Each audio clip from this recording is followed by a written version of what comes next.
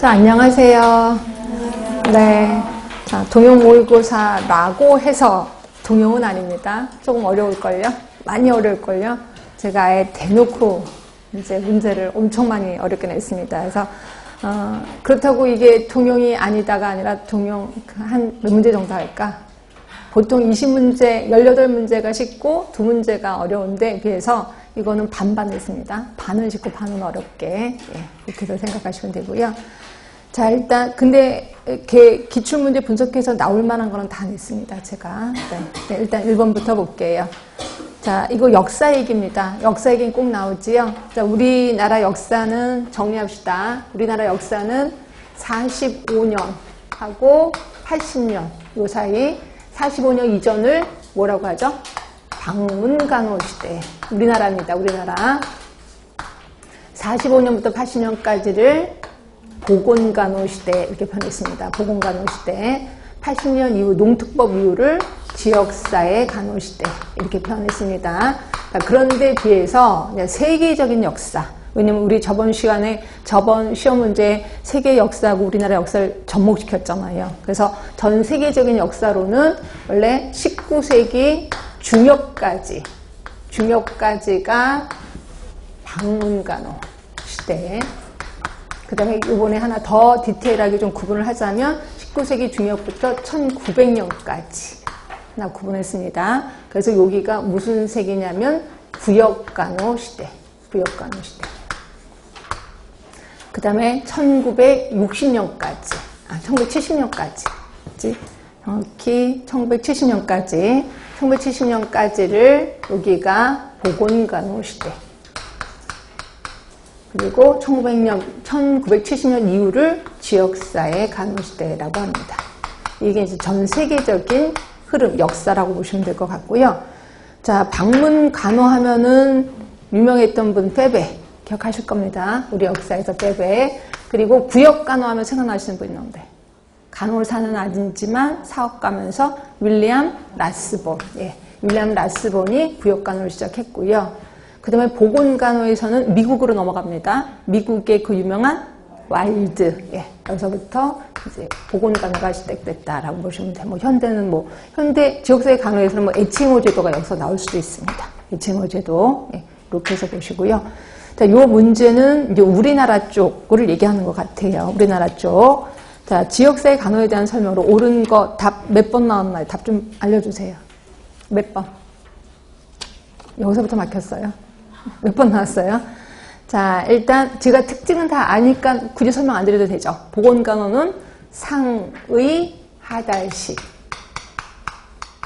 그리고 대부분 보건소에서 하는 걸 보건간호라고 하는 거고요. 그런데 여기서 지역사회 간호는 하의 상달식의 사업을 했어요. 그 지역에 가서 그 지역에 맞는 사업을 했다라고 표현했고, 대표적으로 보건진료 전담 공무원이 대표적이다라고도 얘기를 했습니다. 근데 보건진료 전담 공무원만 있는 건 아니에요. 학교에 누가 있어요? 보건교사도 있잖아요. 학교 보건교사도 지역사회 간호를 하고 있다라고 보시면 되고요. 산업장도 있습니다. 그러니까 보건교사도 있고 산업장에 보건관리자도 있습니다. 이런 모든 것들을 다 지역사회 간호라고 얘기하는 거예요. 그렇죠? 그러니까 보건소에서만 하는 게 아니라 지역에 사는 모든 거를 지역사회 간호라고 생각하시면 돼. 자, 그럼 1번이에요. 보기 봅시다. 대상자로는 보건소, 관할, 개인, 가족, 인구, 집단, 지역사회를 말한다. 요거 갖고 지역사회라고 얘기하면 하는데 이거는 보건소, 관할, 개인, 가족, 인구, 집단이니까 요거는 보건간호를 얘기하는 거죠. 보건간호. 자, 2번입니다. 학생.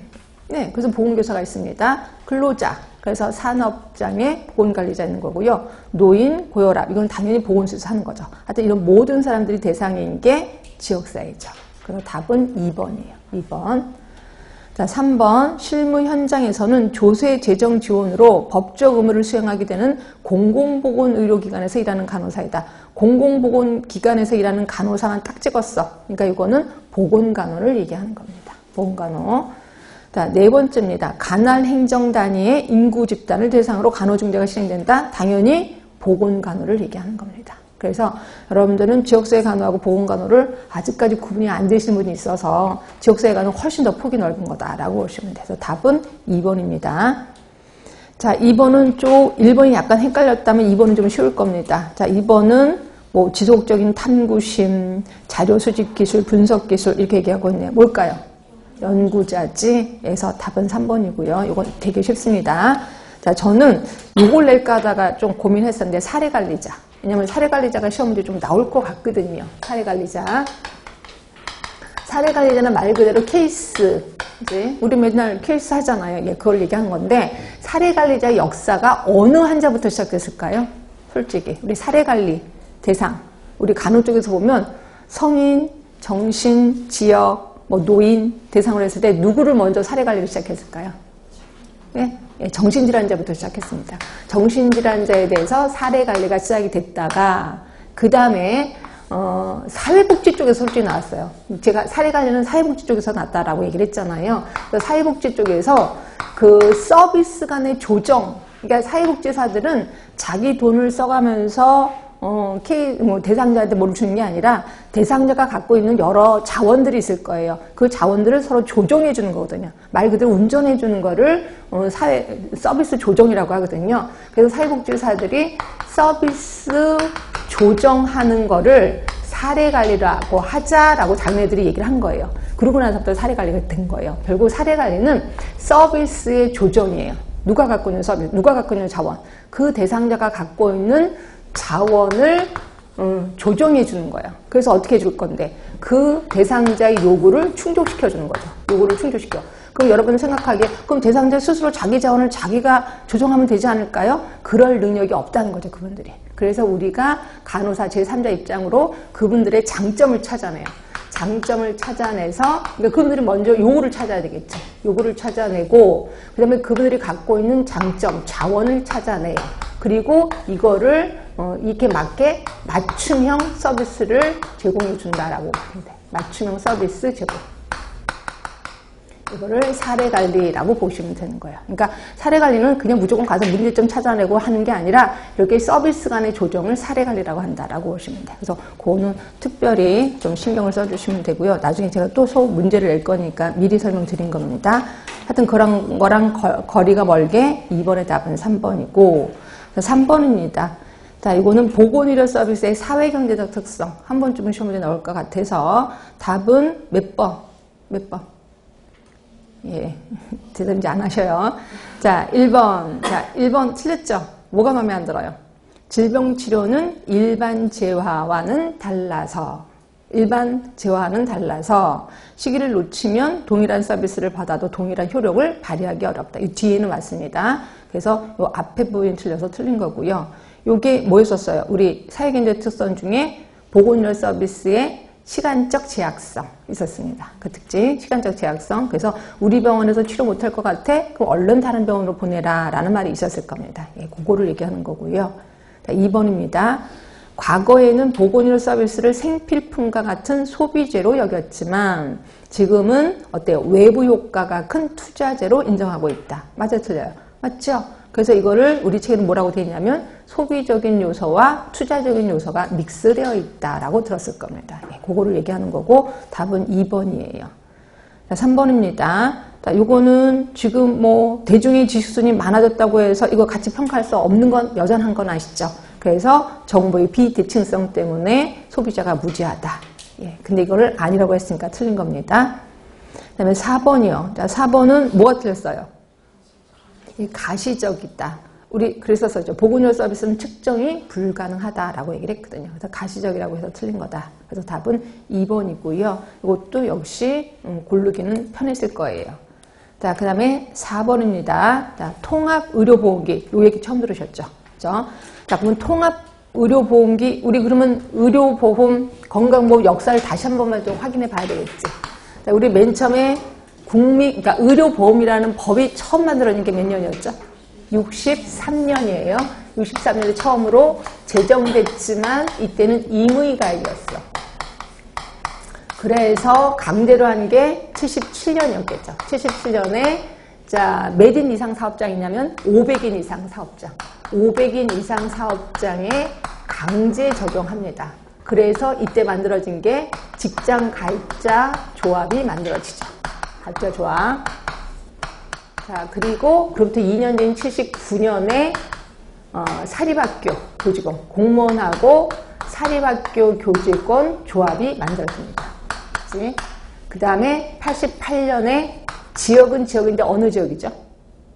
예, 농어촌 지역.